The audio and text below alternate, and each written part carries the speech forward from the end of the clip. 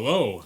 Today we are going to review a Spector Euro 5 LX.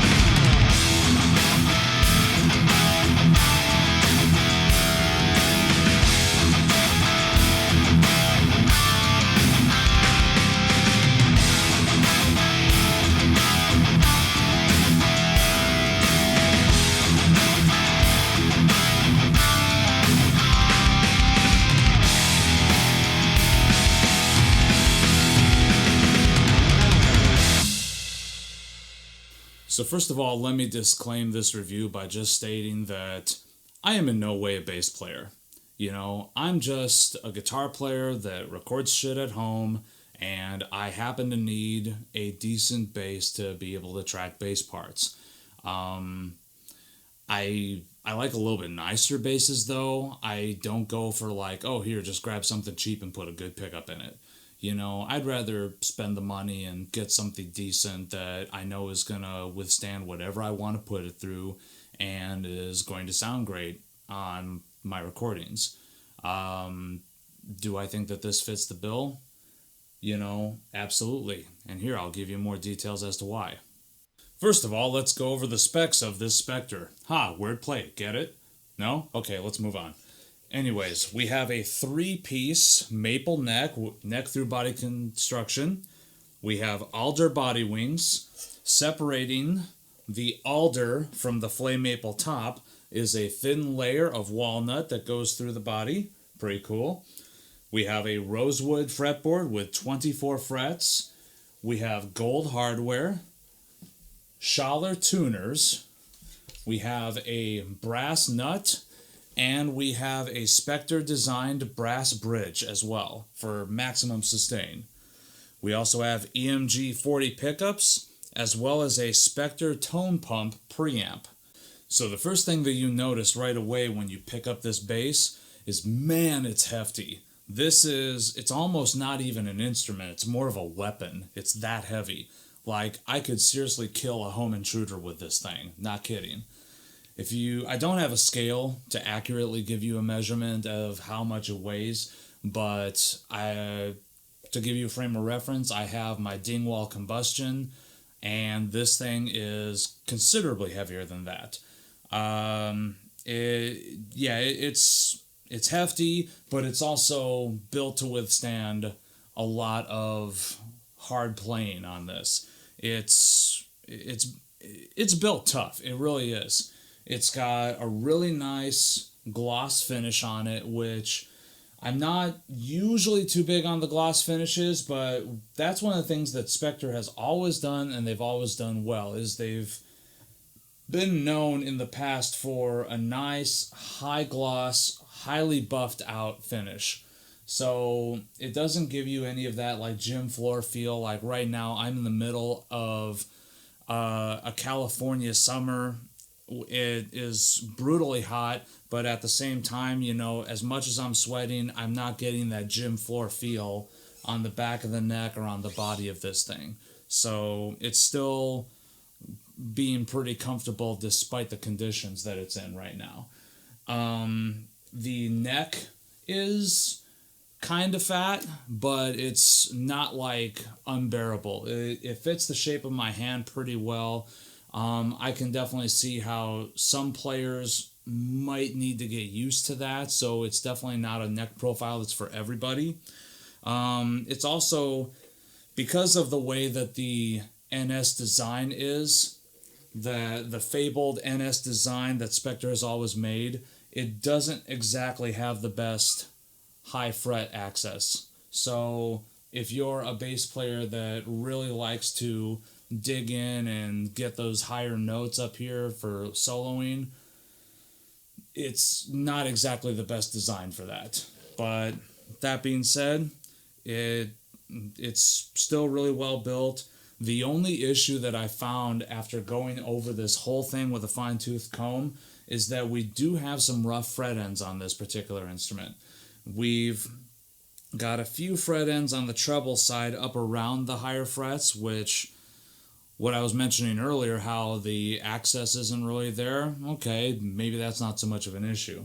However, from about the 7th fret, basically on up, on the bass side, we've got the kind of fretwork that we typically see from Ibanez these days.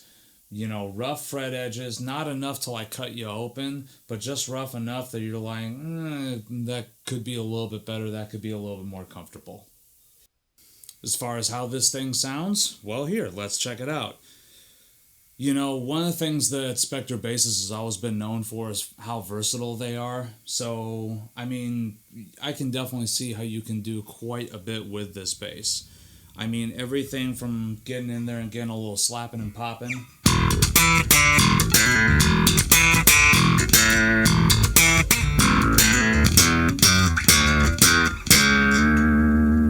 Of course, if you were any good at it, unlike me, you know what I mean? Roll it back to give you just the bridge position. You've got that nice brighter attack, and you can dig in and get some cool Steve Harris kind of tones.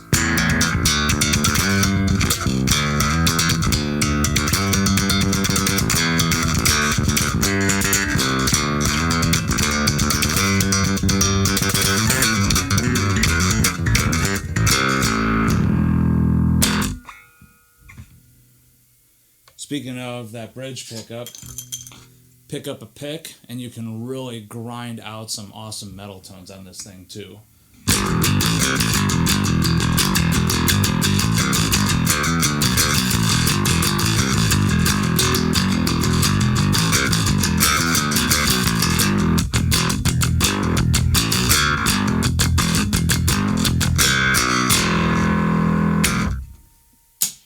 Pretty cool. But about the versatility of this thing, it's not just metal and rock tones that this thing can do. I'm not well gifted in playing jazzier type of stuff, but it even does that. If you bring in the neck pickup a little bit more, maybe dial back the treble just a little bit, you can get, you know, a really nice mellower tone out of it that works suitably well for those more subtle parts.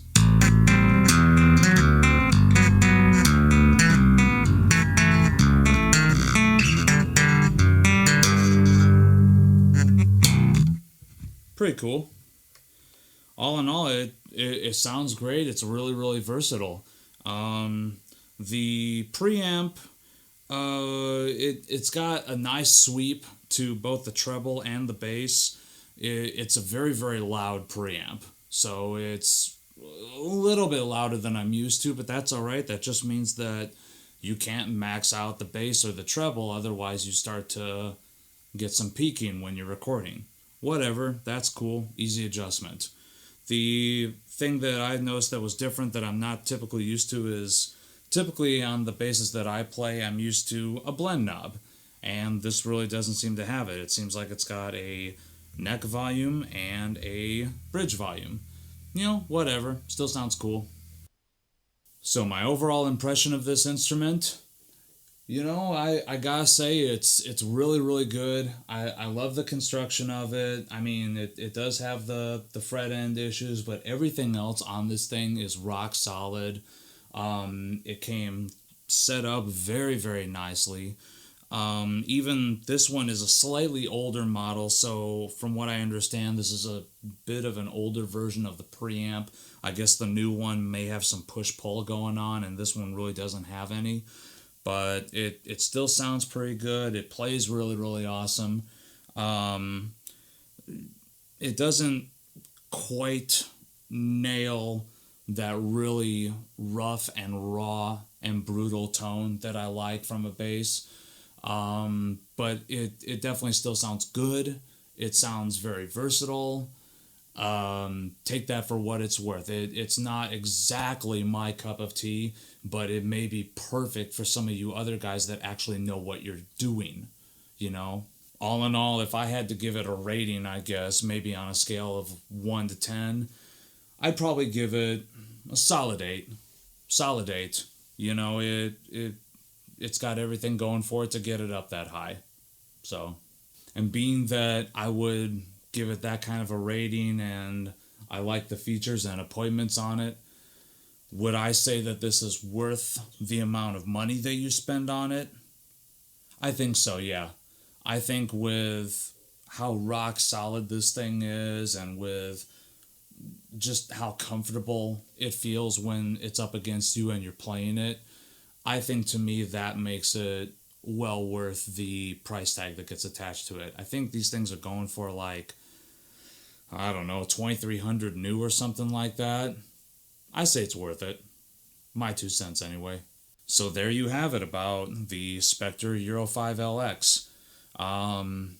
This was my first time doing an actual bass review, so please go to the comments section, leave some feedback. I'm really wanting to know what you guys think, if there's anything that I could have done better about a bass review. Like I said earlier, I am not a bass player. I'm just some guitar playing jackass who sits in my home studio, and rather than call up one of my only bass player friends who lives about 50 miles away to have him come out and record this stuff, well, okay, I've got some instruments, I'm just going to do this shit myself.